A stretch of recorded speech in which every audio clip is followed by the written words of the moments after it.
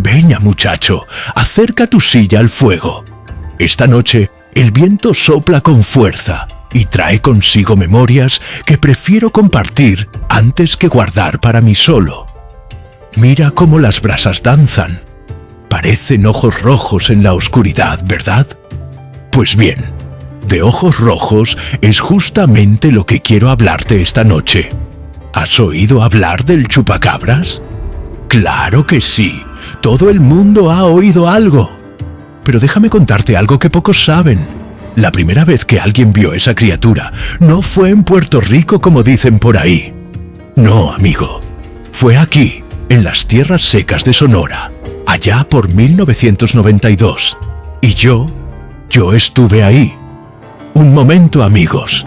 La historia que les traigo hoy es larga y tiene caminos oscuros, y no quisiera que nos detuviéramos a la mitad. Por eso, les pido ahora, antes de empezar, su me gusta y su suscripción son la leña que mantiene este fuego vivo, para que más almas errantes lo encuentren en la noche. Es un gesto pequeño que significa mucho. Se los agradezco. Ahora, a lo que vinimos. Como dice el dicho que me enseñó mi abuelo, no hay peor ciego que el que no quiere ver. Y créeme, muchacho, hay cosas en este mundo que el gobierno prefiere que no veamos. Pero esta noche, mientras el viento arrastra las cenizas de nuestra fogata hacia las estrellas, voy a contarte lo que realmente pasó en aquellos años cuando el miedo tenía nombre y forma. Todo comenzó a recordar cuando escuché en la radio que encontraron otra cabra muerta allá por Guadalajara, sin sangre, con 2 hoyitos perfectos en el cuello, igual que hace 30 años, igual que aquella vez cuando yo trabajaba de peón en el rancho del patrón Rodríguez, un hombre bueno que me daba trabajo cuando otros ya no querían contratar a este viejo. Era 1992, muchacho. México acababa de firmar ese tratado, el TLC, y había mucha gente rara llegando al país. Gringos con trajes elegantes y camionetas negras que no levantaban polvo al pasar. Decían que venían a hacer negocios, pero los negocios que hacían no eran de los que se hablan en la plaza del pueblo. Por esas fechas comenzaron las primeras muertes extrañas. No solo de cabras, sino de perros, vacas, hasta algunos caballos aparecieron secos como pasas bajo el sol del desierto. Los veterinarios no sabían qué decir, los periódicos tampoco, pero nosotros, la gente del campo, sabíamos que algo andaba muy mal. El patrón Rodríguez tenía un rancho grande, como de 200 cabezas de ganado. Hacía buen dinero vendiendo carne a los mercados de Hermosillo y Tucson, pero de repente empezó a perder animales. No de la manera normal, por enfermedad o accidente. No, aparecían por las mañanas tirados en el pastizal, perfectamente intactos por fuera, pero completamente vacíos por dentro. Recuerdo la primera vez que vi una de esas cabras muertas. Era una hembra joven, de color café claro, que siempre andaba brincando cerca de los corrales. La encontré temprano, cuando salía a revisar los alambrados. Al principio pensé que estaba dormida, pero cuando me acerqué, Dios mío, muchacho, tenía los ojos abiertos, vidriosos, mirando hacia el cielo como si hubiera visto algo terrible antes de morir. Lo más extraño de todo era la falta de sangre. Ni una gota. Y esos 2 hoyitos en el cuello, perfectamente redondos, como hechos con un taladro médico. Ningún depredador que yo conociera hacía algo así. Los coyotes desgarran, los pumas muerden fuerte, los perros salvajes dejan marcas de colmillos desparejos. Pero esto era diferente. El patrón Rodríguez llamó al veterinario de Agua Prieta. un hombre que había visto de todo en 40 años de trabajo. Don Aurelio se llamaba. Un hombre serio, de pocas palabras, que nunca se asustaba por nada. Pero cuando vio esa cabra, se quitó el sombrero y se rascó la cabeza como cuando uno no sabe ni qué pensar. «En 40 años nunca he visto algo así, patrón», le dijo a don Rodríguez. «Esto no lo hizo ningún animal que yo conozca. Ni siquiera un vampiro hace algo tan limpio». Y tenía razón. Los murciélagos vampiros que conocíamos dejaban heridas pequeñas, sí, pero también dejaban sangre derramada, manchas en la tierra. Esto era como si alguien hubiera usado una jeringa gigante para sacar toda la sangre del animal sin desperdiciar ni una gota. Los días siguientes fueron apareciendo más animales muertos, siempre de la misma manera, siempre con esos 2 hoyitos perfectos. Y siempre, muchacho, siempre sin una sola gota de sangre alrededor. Fue entonces cuando comenzaron a llegar los hombres del gobierno. Llegaron en camionetas blancas sin placas, vestidos con trajes que no eran para el calor del desierto. Decían que venían del Servicio Veterinario Federal, pero ninguno de nosotros les creímos. Los veterinarios que conocíamos usaban botas de trabajo y camisas manchadas de lodo. Estos hombres tenían zapatos brillantes y hablaban como si hubieran estudiado en universidades de la capital. Le dijeron al patrón Rodríguez que estaban investigando un brote de una enfermedad nueva, algo que había llegado de Sudamérica con el ganado importado. Que no nos preocupáramos, que todo estaría bajo control pronto. Pero sus ojos, muchacho, sus ojos decían otra cosa. Había miedo ahí. Y cuando un hombre del gobierno tiene miedo, el pueblo debe tener terror. Instalaron una especie de campamento cerca del rancho. Trajeron equipo que nunca habíamos visto. Máquinas que hacían ruidos raros durante la noche. Luces que alumbraban más que el sol, y camiones llenos de cajas marcadas con símbolos que no sabíamos leer. Y las muertes siguieron. Pero ahora ya no eran solo animales del rancho. Los vecinos empezaron a reportar lo mismo. Cabras, perros, pollos, todos aparecían secos por las mañanas.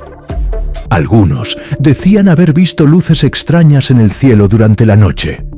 Otros juraban haber escuchado sonidos que nunca antes habían oído en el desierto.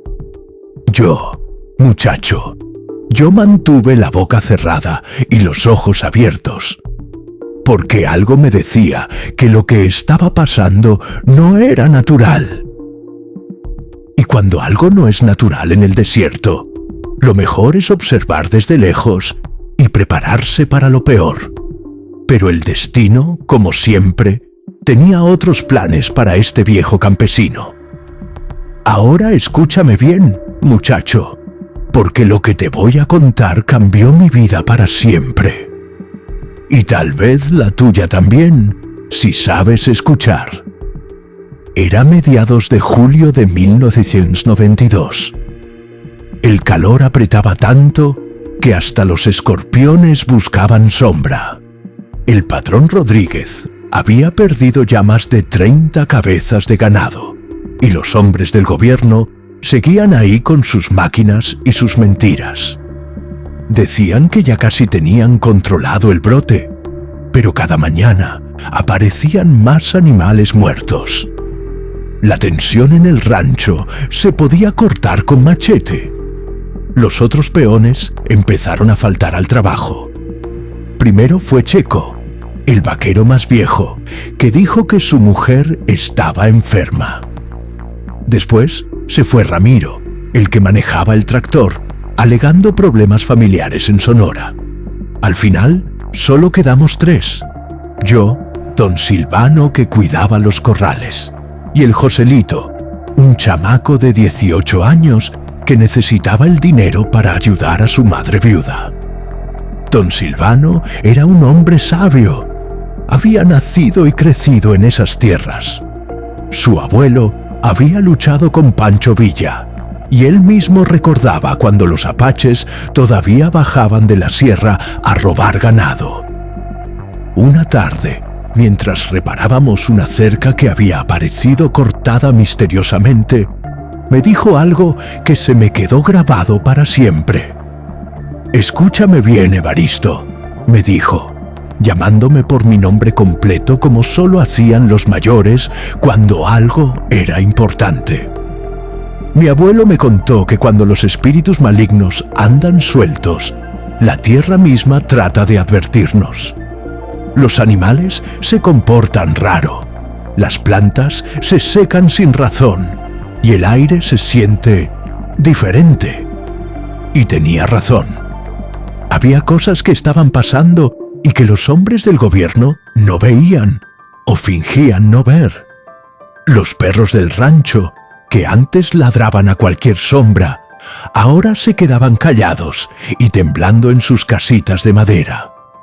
Las vacas se juntaban todas en una esquina del potrero, apretadas unas contra otras, como si trataran de protegerse de algo que solo ellas podían percibir. Pero lo más extraño eran los pájaros, o mejor dicho, la falta de pájaros. El desierto de Sonora siempre ha estado lleno de vida. Zopilotes volando en círculos, cuervos gritando desde los cactus, halcones cazando ratones entre los mezquites. Pero de repente, el cielo se quedó vacío, completamente vacío. Era como si todos los pájaros hubieran decidido irse a otro lugar, dejando solo silencio y mal presagio. El Joselito, pobre muchacho, trataba de mantenerse valiente, pero yo veía el miedo en sus ojos cada vez que caía la noche. Su madre le había enseñado a santiguarse antes de dormir, y ahora lo hacía 3, 4 veces seguidas, como si una no fuera suficiente para protegerlo de lo que andaba rondando. Los hombres del gobierno se habían vuelto más secretivos. Ya no hablaban con nosotros, apenas nos saludaban cuando nos cruzábamos cerca de su campamento. Pero por las noches, muchacho, por las noches veíamos luces moviéndose por todo el rancho. No eran lámparas normales. Eran luces que cambiaban de color, que se movían sin hacer ruido, que aparecían y desaparecían como si alguien las estuviera controlando desde lejos. Una noche, mientras cenábamos frijoles refritos y tortillas en la cocina del rancho, don Silvano nos contó algo que le había dicho su compadre que trabajaba en la presidencia municipal de Agua Prieta. Dice mi compadre que han llegado reportes de toda la región. Animales muertos de la misma manera desde Naco hasta Nogales. Y no solo eso. Dice que también ha pasado en Chihuahua, en Nuevo León, hasta en Tamaulipas. ¿En todo el país?, preguntó el Joselito con los ojos muy abiertos. En todo el país, chamaco. Y dice mi compadre que el gobierno de México está recibiendo llamadas de Texas, de Nuevo México, de Arizona. Lo mismo está pasando del otro lado de la frontera. Eso me puso a pensar.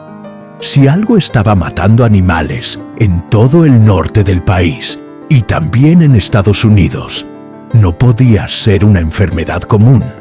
Las enfermedades no respetan fronteras, es cierto, pero tampoco se extienden tan rápido y de manera tan pareja.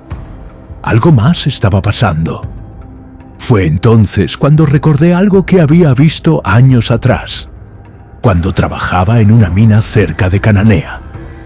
Había conocido a un ingeniero gringo, un hombre callado que hablaba español perfectamente y que parecía saber cosas que los demás no sabíamos. Una vez, después de tomar unas cervezas, me había contado que el gobierno de Estados Unidos tenía laboratorios secretos donde hacían experimentos con animales. Experimentos para crear armas biológicas, para estudiar enfermedades que podrían usar en la guerra. En ese tiempo me había parecido una locura. ¿Para qué iba a querer un gobierno crear enfermedades cuando ya había tantas naturales? Pero ahora, viendo esas camionetas sin placas, esos hombres con trajes caros, esas máquinas extrañas, empezaba a preguntarme si el ingeniero gringo no había estado diciendo la verdad. El patrón Rodríguez también estaba cambiando. Era un hombre que siempre había sido tranquilo, que resolvía los problemas con paciencia y buenas palabras. Pero ahora se le veía nervioso, preocupado. Hablaba por teléfono a deshoras, siempre en voz baja, siempre mirando hacia el campamento del gobierno, como si temiera que alguien lo estuviera escuchando. Una mañana me mandó llamar a su oficina. Era un cuarto pequeño con un escritorio de madera, lleno de papeles y facturas, con una foto de su familia en la pared y un crucifijo que le había regalado su esposa. «Evaristo», me dijo, «necesito que me hagas un favor importante». «Usted diga, patrón». «Quiero que por las noches te quedes despierto, que vigiles, que me digas si ves algo raro». «¿Algo raro como qué, patrón?». Se quedó callado un rato, mirando por la ventana hacia donde estaba el campamento del gobierno. «No sé, Evaristo. No sé qué es lo que está matando a mis animales. Los veterinarios no saben. Los del gobierno dicen mentiras y yo tengo la sensación de que algo muy malo está por pasar. Le prometí que lo haría, no por el dinero extra que me ofreció, sino porque vi miedo en sus ojos. Y cuando un patrón rico tiene miedo, el peón pobre debe tener terror. Esa misma noche comencé mis vigilias. Me instalé en la torre del molino de viento, un lugar alto desde donde podía ver todo el rancho. Llevé una cobija, un termo con café y el rosario que me había regalado mi madre cuando me fui de casa siendo un chamaco. Las primeras noches no pasó nada especial. Veía las luces del campamento del gobierno, escuchaba el zumbido de sus máquinas, observaba las estrellas que brillaban limpias en el cielo del desierto. Pero poco a poco empecé a notar cosas extrañas. Los animales del rancho no dormían bien. Las vacas se quedaban paradas toda la noche, mirando hacia el mismo punto del horizonte. Los caballos relinchaban sin razón, y los pocos perros que quedaban gemían bajito, como si estuvieran soñando pesadillas. Pero lo más raro eran los coyotes. Cualquier persona que haya vivido en el desierto conoce el aullido de los coyotes. Es un sonido que forma parte de la noche, como el viento entre los mezquites o el grito de los búhos. Pero de repente, los coyotes dejaron de aullar. Completamente. Era como si hubieran desaparecido de la faz de la tierra. La quinta noche de vigilia, vi algo que me puso los pelos de punta. Eran como las 2 de la madrugada, cuando noté una luz extraña moviéndose entre los corrales. No era una lámpara ni una linterna. Era como una luz verdosa que parecía flotar a 1 metro del suelo, moviéndose lentamente, como si estuviera buscando algo. Me quedé completamente inmóvil, tratando de entender qué era lo que estaba viendo. La luz se movía de manera muy rara, no como caminaría una persona con una lámpara. Se desplazaba en línea recta, se detenía de repente, giraba en ángulos perfectos y después seguía su camino. Seguí esa luz con la vista durante casi media hora. Se movió por todo el corral principal, pasó cerca del establo, rodeó el bebedero y finalmente se dirigió hacia el potrero donde estaban las cabras. Ahí se detuvo por un largo rato, como si estuviera eligiendo. Al día siguiente encontramos 3 cabras muertas, las mismas marcas de siempre, 2 hoyitos perfectos en el cuello y ni una gota de sangre. Le conté al patrón Rodríguez lo que había visto, pero me pidió que no le dijera nada a los demás. Por ahora, mantenemos esto entre nosotros, Evaristo. No quiero que cunda el pánico. Pero el pánico ya había empezado. Don Silvano llegó esa mañana con noticias de su compadre de la presidencia municipal. Habían reportado avistamientos de una criatura extraña en varios ranchos de la región. Los testigos describían algo que nunca habían visto.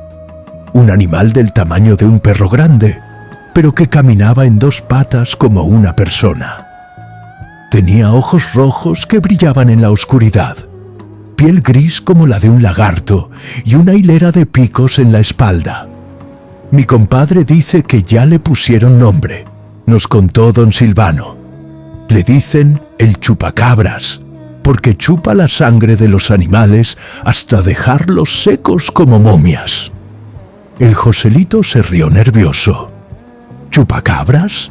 Suena a cuento para asustar chamacos.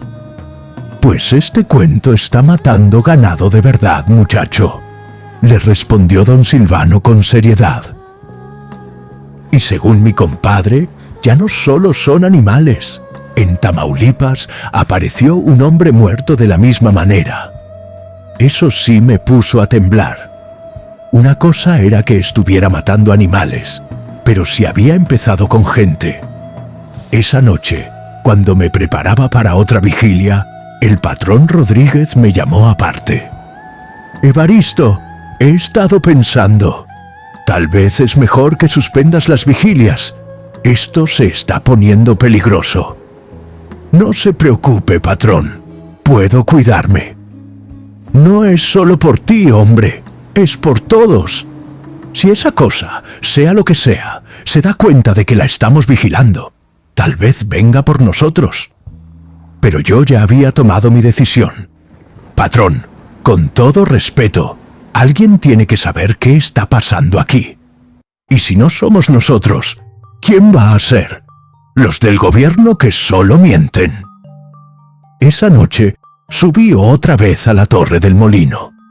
Pero esta vez llevé algo más que café y cobijas. Llevé la escopeta vieja del patrón, un arma que había pertenecido a su padre y que todavía funcionaba bien. No sabía si las balas servirían contra lo que fuera que estuviera matando a los animales, pero me daba cierta tranquilidad tenerla cerca. La noche estaba particularmente oscura. No había luna y las nubes tapaban algunas estrellas. El aire se sentía pesado, cargado de electricidad, como antes de las tormentas de verano. Los animales estaban más inquietos que nunca. Hasta las vacas, que normalmente dormían plácidamente, se mantenían alertas, moviendo las orejas hacia cualquier ruido. Fue alrededor de las 3 de la madrugada cuando lo vi. Al principio pensé que era un perro grande que había entrado al rancho buscando comida. Pero cuando se acercó más a la luz de los reflectores del corral, me di cuenta de que no era ningún perro que hubiera visto en mi vida. Caminaba en 2 patas, pero no como camina un hombre. Su postura era extraña, encorvada, como si le costara trabajo mantenerse erguido. Era más o menos del tamaño de un becerro joven, pero delgado, muy delgado. Su piel parecía gris verdosa bajo la luz artificial y brillaba como si estuviera húmeda. Pero lo que más me impactó fueron sus ojos. Rojos, completamente rojos. No como los ojos de un animal que reflejan la luz, sino rojos por sí mismos, como si tuvieran fuego adentro. La criatura se movía de manera muy extraña. Daba unos pasos, se detenía, olisqueaba el aire y después continuaba. Parecía estar siguiendo un rastro que solo ella podía percibir. Sus movimientos eran nerviosos, rápidos, como los de una rata gigante. Cuando llegó al corral de las cabras, se detuvo completamente. Pude ver que tenía una hilera de picos o espinas a lo largo de la espalda, exactamente como habían descrito los testigos de otros ranchos. Sus brazos eran largos y delgados, terminados en unas manos con garras que brillaban bajo la luz. Muchacho, te voy a ser honesto.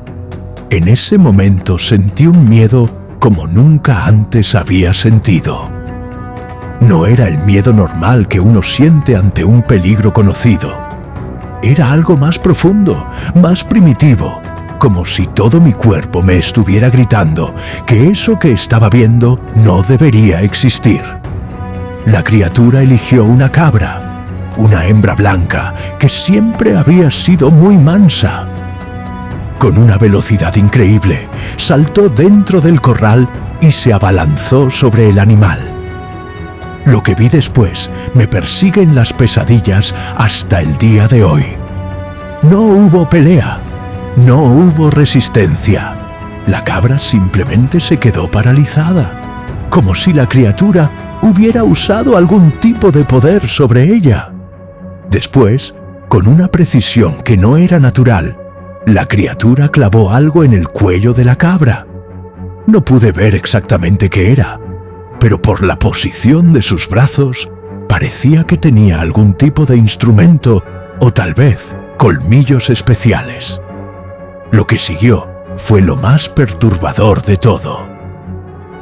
Pude ver cómo la cabra se desplomaba lentamente, no como un animal que muere de dolor, sino como si se estuviera quedando dormida. Y la criatura parecía estar absorbiendo algo de ella. No era solo sangre, era como si estuviera chupando la vida misma del animal.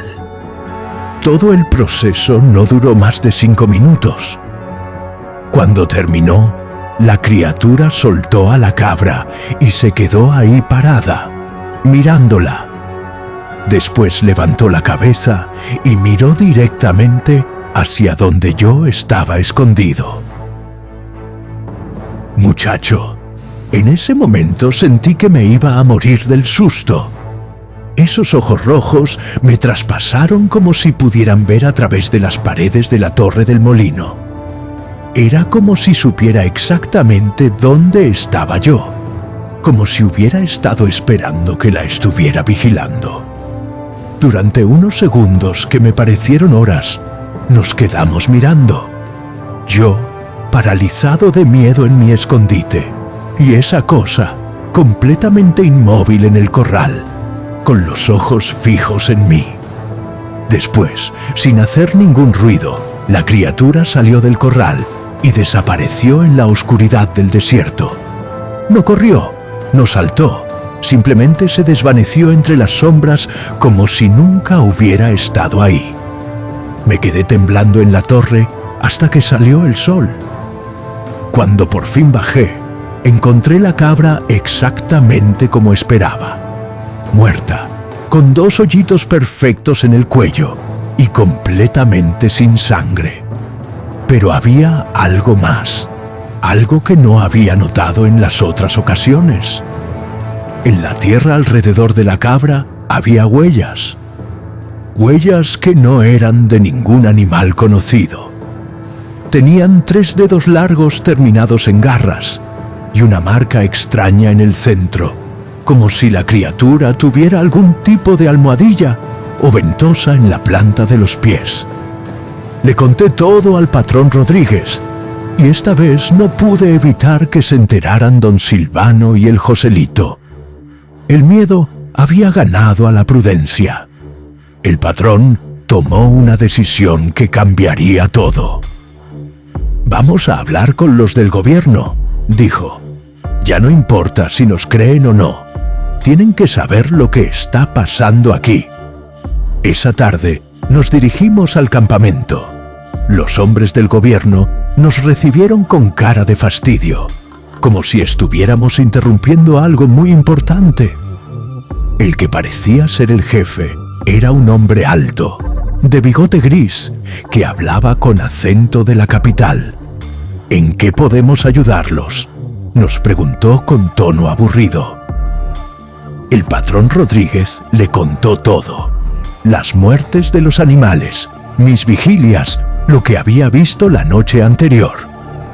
El hombre nos escuchó sin cambiar de expresión, tomando notas en una libreta pequeña. Cuando terminamos, se quedó callado un rato, como pensando qué decirnos. «Señor Rodríguez», dijo finalmente, «lo que usted me está describiendo corresponde exactamente con los reportes que hemos recibido de toda la región. Y le voy a ser franco, no sabemos qué es». Eso sí, no me lo esperaba. Por primera vez, uno de esos hombres del gobierno estaba diciendo la verdad. ¿No saben?, preguntó el patrón. «No sabemos. Hemos analizado los cadáveres de los animales, hemos estudiado las muestras, hemos consultado con expertos de todo el mundo.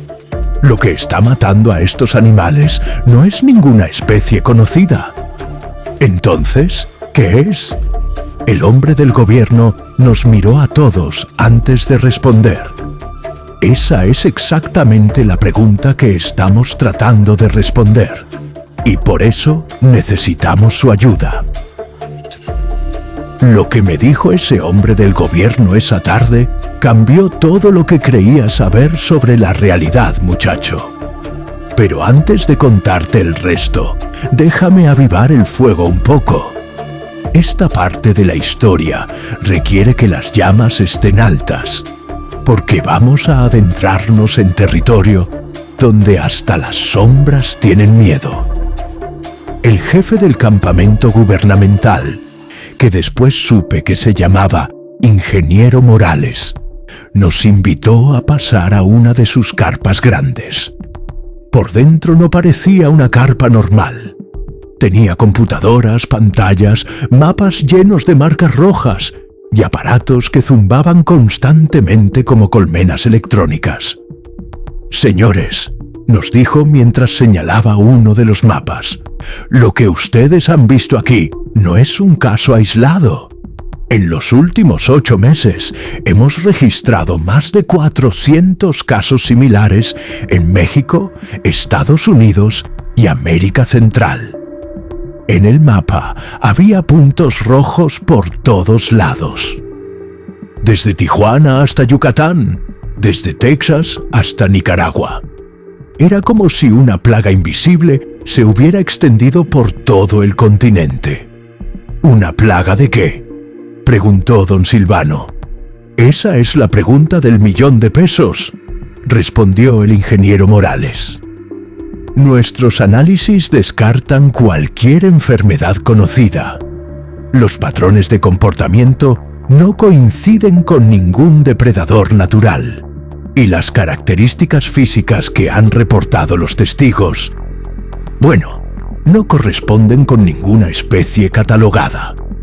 Nos enseñó fotografías. Muchacho, eran imágenes que me dieron escalofríos. Animales muertos de la misma manera que habíamos visto en el rancho, pero también fotos borrosas de la criatura. En algunas se veía como una sombra gris moviéndose entre los árboles. En otras, apenas se distinguían esos ojos rojos brillando en la oscuridad. La primera fotografía clara la obtuvimos en Puerto Rico hace 3 meses, continuó. Un agricultor logró capturar una imagen antes de que la criatura huyera. Desde entonces, los medios de comunicación le han dado el nombre de chupacabras.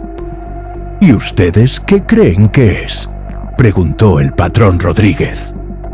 El ingeniero Morales se quedó callado un momento, como si estuviera decidiendo qué tanto podía decirnos. Oficialmente, estamos investigando la posibilidad de que sea una nueva especie, tal vez resultado de mutaciones genéticas causadas por contaminación o cambios ambientales. Nick, y extraoficialmente, hay teorías que prefiero no discutir en este momento. Pero yo, muchacho, ya había aprendido a leer entre líneas. Cuando un hombre del gobierno dice que hay teorías que prefiere no discutir, significa que esas teorías son exactamente las que deberíamos estar discutiendo. Ingeniero, le dije, usted nos está pidiendo ayuda, pero no nos está diciendo toda la verdad. Me miró con sorpresa, como si no esperara que un peón de rancho lo confrontara. ¿Qué quiere saber exactamente? Quiero saber por qué tienen tantas máquinas raras, por qué llegaron aquí antes de que pasara nada grave, y por qué sus compañeros hablan por radio en un idioma que no es español. Se hizo un silencio incómodo en la carpa. Pude escuchar el zumbido de las máquinas y a lo lejos el sonido de alguien hablando en inglés por una radio. Usted es muy observador, señor. Evaristo. Me llamo Evaristo. Muy bien, Evaristo. Tiene razón en que no les he dicho toda la verdad, pero créame que es por su propia seguridad. Ya estamos en peligro, ingeniero. Esa cosa ya sabe que la estoy vigilando. Así que más vale que nos diga qué es lo que realmente está pasando aquí. El ingeniero Morales suspiró profundamente y se acercó a una de las computadoras. Tecleó algo y en la pantalla aparecieron documentos clasificados con sellos oficiales. Lo que les voy a decir no puede salir de aquí, nos dijo con voz seria. Este proyecto es conjunto entre los gobiernos de México y Estados Unidos. Se llama Operación Nahual. ¿Nahual?, preguntó don Silvano. Como los brujos de las leyendas. Exactamente, porque lo que estamos enfrentando tiene características que, digamos, que no encajan en los parámetros científicos convencionales. Nos mostró más documentos, reportes médicos, análisis de laboratorio, testimonios de testigos. Todo apuntaba a lo mismo, una criatura que no debería existir, pero que estaba dejando un rastro de muerte por todo el continente. La teoría oficial, continuó, es que podría tratarse de un experimento genético que se salió de control. En los años 80, tanto México como Estados Unidos tenían programas de investigación militar muy avanzados. Proyectos que combinaban ingeniería genética con otros elementos. ¿Qué otros elementos?, preguntó el Joselito con voz temblorosa. Elementos que la ciencia convencional no acepta, pero que los militares sí consideran. El patrón Rodríguez se removió incómodo en su silla. Ingeniero, háblenos claro. Está diciendo que esto es artificial, que alguien creó esta cosa. Es una posibilidad. Los laboratorios militares de ambos países experimentaron durante años con modificación genética de animales. El objetivo era crear especies híbridas que pudieran usarse para reconocimiento, sabotaje, incluso como armas biológicas. Muchacho, te juro que en ese momento sentí como si el mundo se hubiera vuelto loco. ¿Crear monstruos para la guerra? ¿Quién en su sano juicio haría algo así? Pero hay otra teoría, continuó el ingeniero. Una que explica mejor las características sobrenaturales que han reportado los testigos.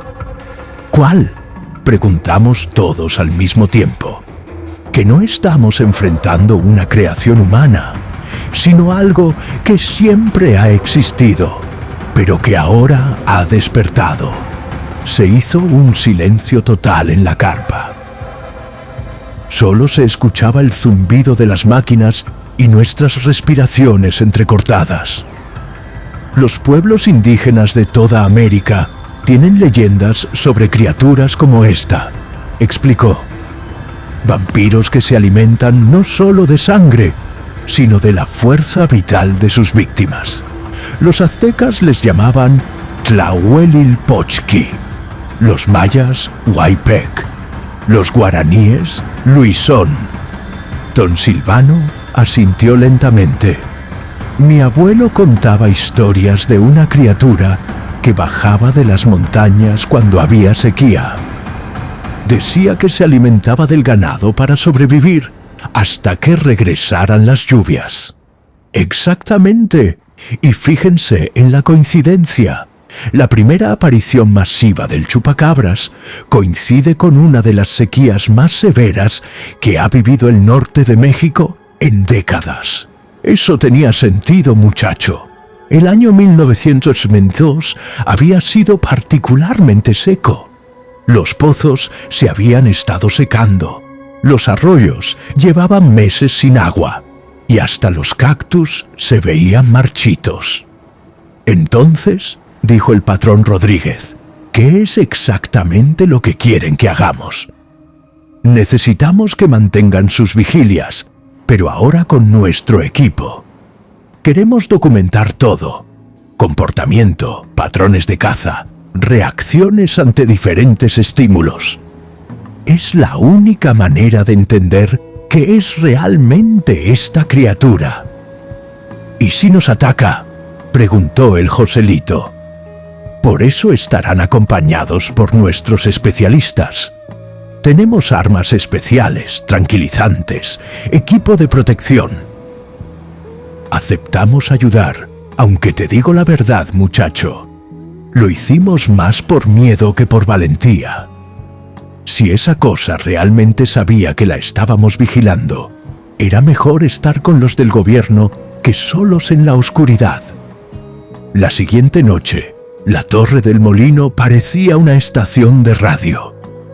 Habían instalado cámaras con visión nocturna, micrófonos direccionales, sensores de movimiento y hasta un aparato que, según ellos, podía detectar anomalías electromagnéticas.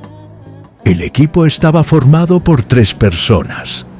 El ingeniero Morales, una doctora joven que se apellidaba Herrera y hablaba como de universidad cara, y un hombre mayor que solo nos dijo que le dijéramos comandante. Este último traía un rifle que no era como los que yo conocía, y una pistola que disparaba algo que parecían pequeños dardos. ¿Qué planean hacer si aparece?, les pregunté. Observar, documentar y, si es posible, capturar una muestra, respondió la doctora Herrera. ¿Una muestra? Sangre, piel, pelo. Cualquier cosa que nos permita analizarla en el laboratorio. La noche comenzó tranquila. Los animales del rancho estaban inquietos como siempre, pero no había señales de la criatura. El comandante nos explicó que habían estado monitoreando toda la región con equipo satelital y que habían detectado patrones en los movimientos del chupacabras. Aparece cada 3 o 4 días, nos dijo. Siempre entre las 2 y las 4 de la madrugada. Siempre en noches sin luna. Y siempre en lugares donde hay agua cercana. ¿Agua?, pregunté. Sí. Hemos notado que todos los ataques ocurren en un radio de 2 kilómetros de alguna fuente de agua. Pozos, arroyos, tanques de almacenamiento. Eso me hizo pensar en el viejo pozo abandonado, que estaba como a 1,5 kilómetros del rancho. Hacía años que no se usaba, pero según don Silvano, todavía tenía agua en el fondo. Hay un pozo viejo hacia el este, les dije. Mi abuelo trabajó en su construcción cuando yo era chamaco. El ingeniero Morales y la doctora intercambiaron miradas. ¿Podría llevarnos ahí mañana?, me preguntó la doctora.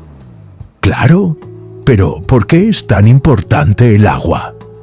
Porque todas las criaturas míticas relacionadas con el vampirismo tienen una conexión con el agua, explicó.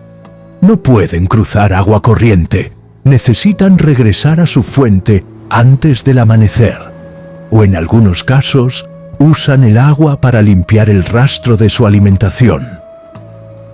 Eran cerca de las 3 de la madrugada cuando todos los aparatos empezaron a sonar al mismo tiempo. Las pantallas se llenaron de líneas verdes que saltaban como corazones acelerados, y los micrófonos captaron un sonido que nunca había escuchado, como un silbido grave mezclado con un gemido. «Ahí está», susurró el comandante, levantando su rifle extraño. En la pantalla de visión nocturna podíamos ver una figura moviéndose entre los corrales. Se veía igual que la vez anterior, pero ahora, gracias a las cámaras, podíamos observar detalles que a simple vista no había notado. La criatura se movía de manera extraña, como si sus articulaciones no funcionaran igual que las de los animales normales. Sus brazos eran demasiado largos para su cuerpo, y sus dedos... Dios mío, muchacho, sus dedos parecían tubos delgados terminados en agujas. ¿Están viendo esto?, murmuró la doctora Herrera, ajustando los controles de la cámara. En la pantalla se veía claramente cómo la criatura elegía una cabra del corral. Pero ahora podíamos ver todo el proceso. No usaba los dientes para morder. En lugar de eso, extendía esos dedos tubulares y los clavaba directamente en el cuello del animal. Era como si tuviera jeringas naturales en las manos. Es un sistema de alimentación completamente diferente a cualquier cosa conocida, susurró la doctora. No es un depredador convencional. Es más como un parásito gigante. ¿Un parásito?, pregunté sin quitar los ojos de la pantalla. Sí, se alimenta de fluidos corporales, pero de una manera muy específica y eficiente. No desperdicia nada, no daña más de lo necesario para su supervivencia. Mientras hablábamos, la criatura terminó con la cabra y se enderezó. Pero esta vez no miró hacia la torre del molino. Esta vez miró directamente hacia una de las cámaras ocultas que habían instalado cerca del corral. ¡Nos ha visto!, exclamó el ingeniero Morales. La criatura se acercó lentamente a la cámara. En la pantalla podíamos ver su cara de cerca. Y muchacho, te voy a decir que fue la cosa más perturbadora que he visto en mi vida. No era como la cara de ningún animal. Tenía características que parecían inteligentes. Sus ojos rojos no eran salvajes como los de una bestia. Había algo calculador en ellos, algo que pensaba y evaluaba. De repente, la criatura extendió una de sus manos hacia la cámara. Vimos esos dedos tubulares acercarse a la lente y después la pantalla se puso negra. Perdimos la señal, anunció la doctora. ¿Destruyó la cámara?, preguntó el comandante. No lo creo, más bien parece que la desactivó de alguna manera. En ese momento, todos los aparatos de la torre comenzaron a fallar uno por uno. Las pantallas se apagaron, los micrófonos dejaron de funcionar y hasta las lámparas de emergencia se extinguieron. Nos quedamos en completa oscuridad. ¿Qué está pasando?, preguntó el Joselito con voz temblorosa. Interferencia electromagnética, respondió el ingeniero Morales, pero de una intensidad que no habíamos registrado antes. ¿Quiere decir que esa cosa puede afectar las máquinas?, pregunté. Aparentemente sí. En la oscuridad total, solo podíamos escuchar nuestras respiraciones y los latidos de nuestros corazones. Después, desde abajo, desde el pie de la torre del molino, escuchamos algo que nos heló la sangre. Era como una voz, pero no humana. Sonaba como si alguien tratara de hablar con la boca llena de agua. Y lo más terrorífico de todo, muchacho, es que parecía estar diciendo palabras. Palabras en un idioma que ninguno de nosotros reconocía, pero que sonaban antiguas, muy antiguas. ¿Están escuchando eso?, susurró la doctora Herrera. Sí, respondí. ¿Qué está diciendo? No lo sé, pero está ahí abajo, justo al pie de la torre. El comandante preparó su rifle en silencio. Podíamos escucharlo quitando el seguro y acomodando la mira, aunque en la oscuridad no servía de mucho. La voz continuó durante varios minutos. A veces parecía estar hablando, otras veces era más como un canto. Y lo más extraño de todo es que no sonaba amenazante, sonaba triste, como si la criatura estuviera lamentándose por algo. Después, tan súbitamente como había comenzado, todo se quedó en silencio. Esperamos en la oscuridad durante lo que parecieron horas, pero probablemente fueron solo minutos.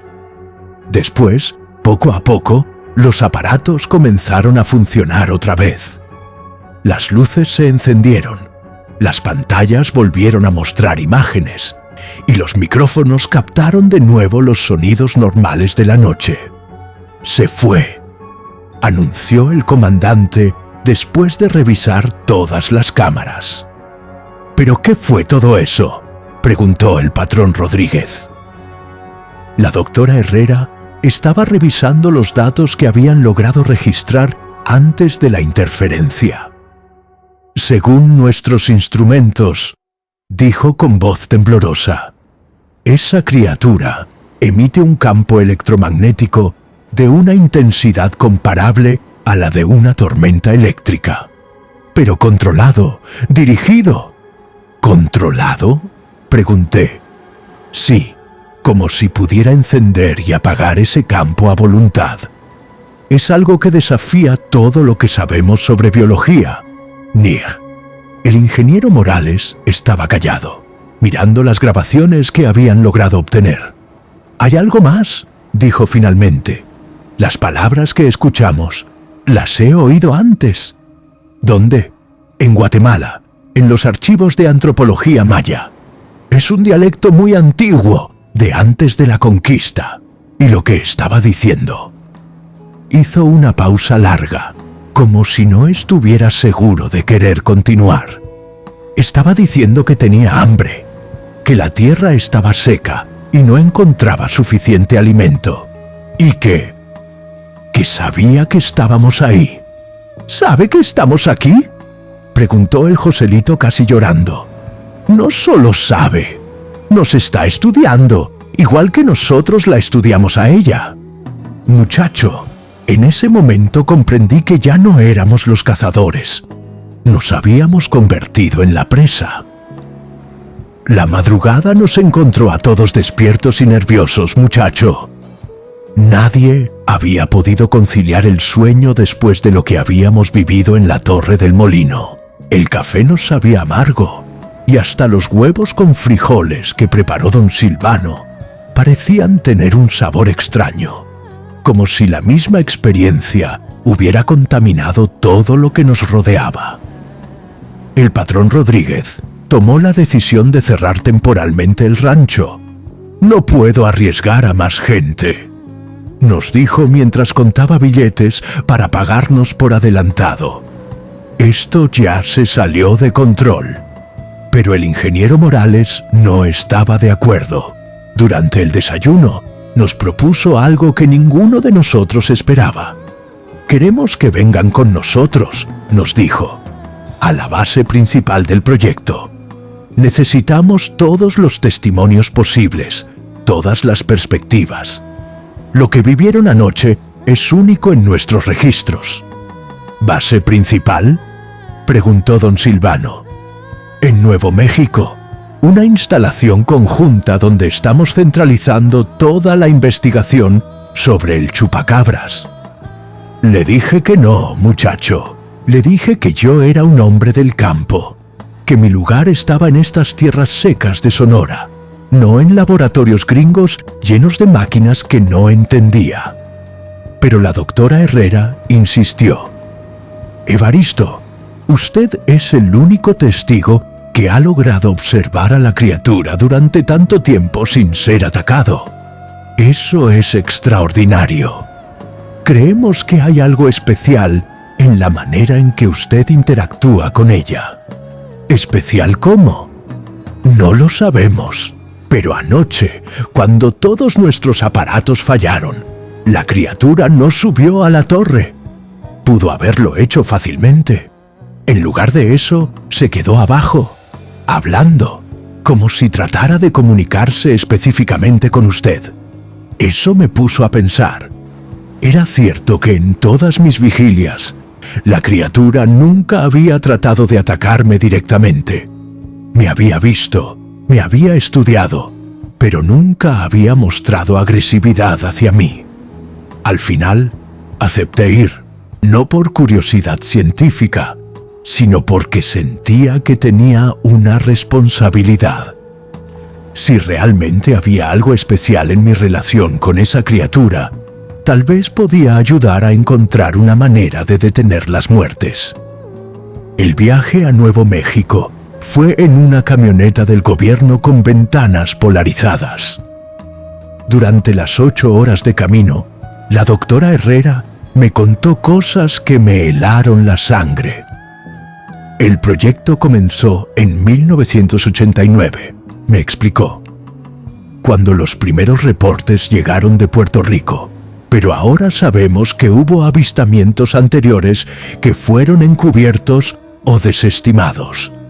¿Encubiertos por quién? Por los mismos gobiernos que ahora están tratando de estudiar el fenómeno. Durante los años 80, tanto México como Estados Unidos tenían tantos programas militares secretos que cuando aparecieron los primeros reportes del chupacabras, simplemente los clasificaron y los archivaron. ¿Por qué? Porque no encajaban en ninguna categoría conocida. No era un arma enemiga. No era una amenaza inmediata a la seguridad nacional. Y definitivamente no era algo que pudieran explicar al público. Me contó que habían encontrado reportes similares que databan de los años 50, todos archivados como fenómenos no identificados o ataques de fauna desconocida. Pero en 1992, cuando los avistamientos se multiplicaron por toda América, ya no pudieron ignorarlo. La base en Nuevo México era impresionante, muchacho. Un complejo subterráneo en medio del desierto, con más tecnología de la que había visto en mi vida.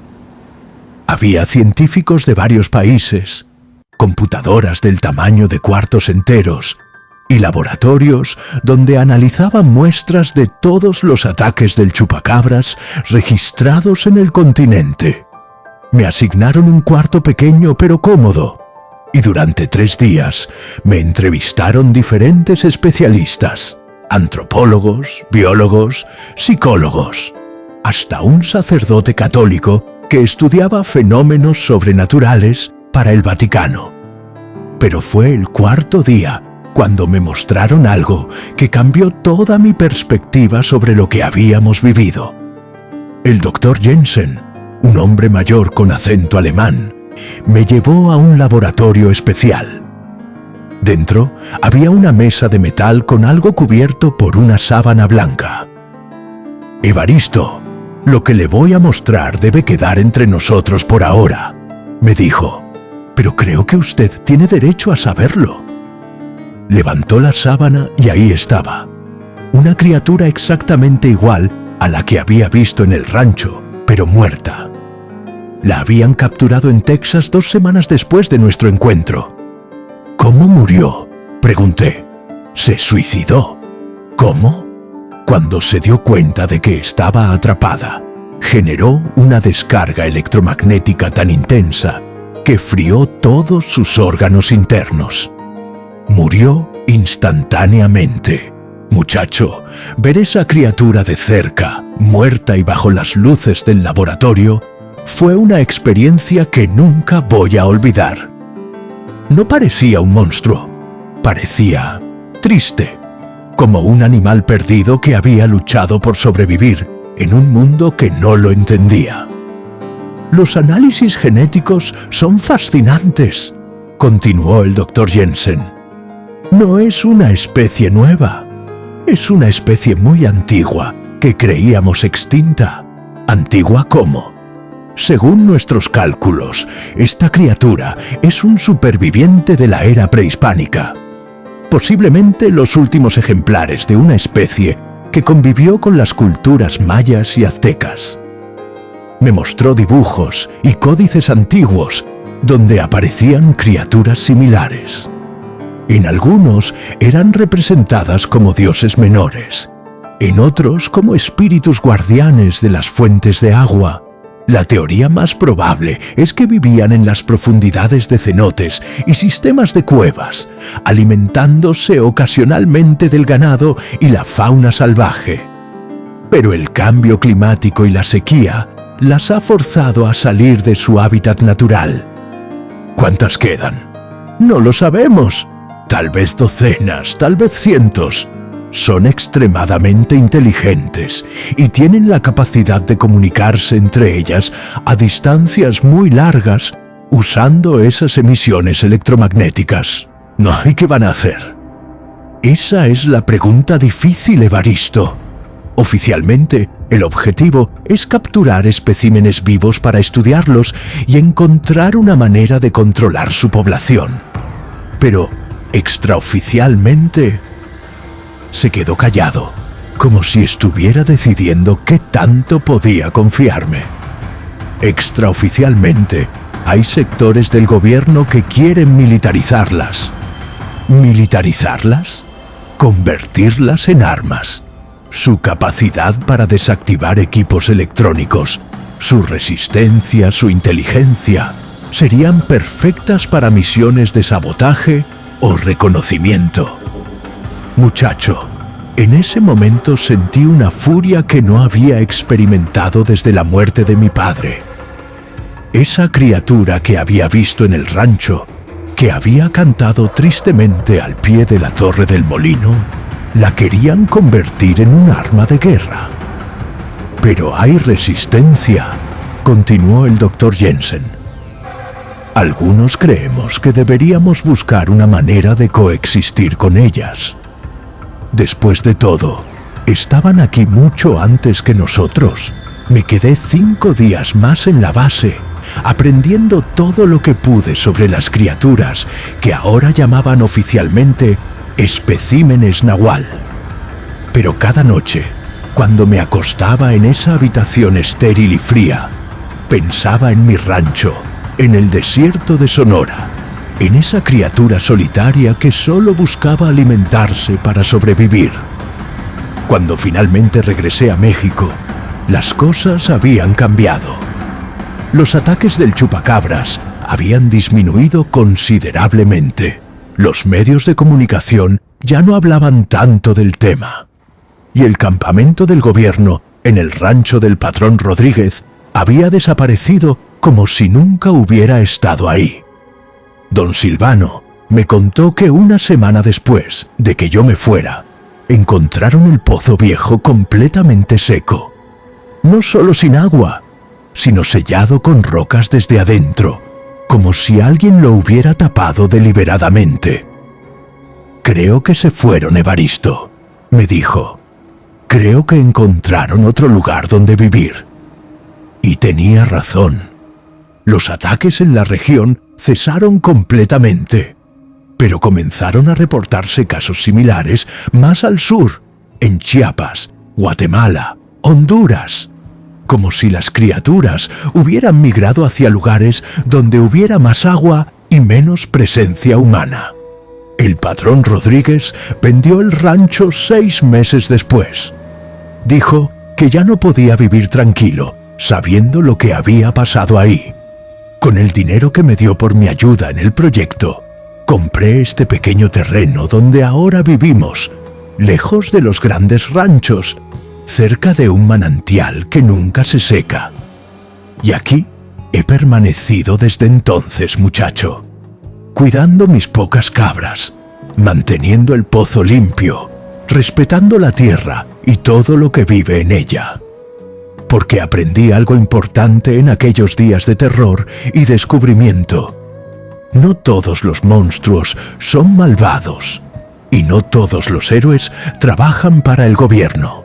De vez en cuando, en las noches muy secas, cuando el viento sopla del norte, todavía escucho ese canto triste en la distancia.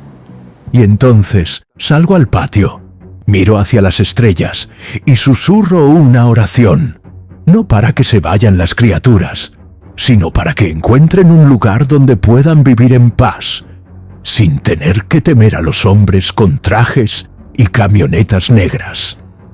Porque la verdadera lección de esta historia, muchacho, no es que existan monstruos en el mundo. La verdadera lección es que a veces los verdaderos monstruos somos nosotros, los humanos, cuando decidimos que algo diferente debe ser destruido o controlado solo porque no lo entendemos. El fuego se está apagando ya, y la noche está llegando a su fin. Mañana será otro día, con su propio sol y sus propios desafíos. Pero esta historia que te he contado, guárdatela bien, no para que tengas miedo de la oscuridad, sino para que recuerdes que en este mundo hay fuerzas que están más allá de nuestro entendimiento y que merecen nuestro respeto, no nuestro miedo. Y si alguna vez, en alguna noche seca y sin luna, escuchas un canto triste en la distancia, no corras. Detente, escucha y recuerda que tal vez lo que estás oyendo es el lamento de una criatura que solo quiere sobrevivir en un mundo que se ha vuelto demasiado pequeño para todos nosotros. Ahora ve a descansar, muchacho, y que tus sueños estén llenos de comprensión, no de pesadillas.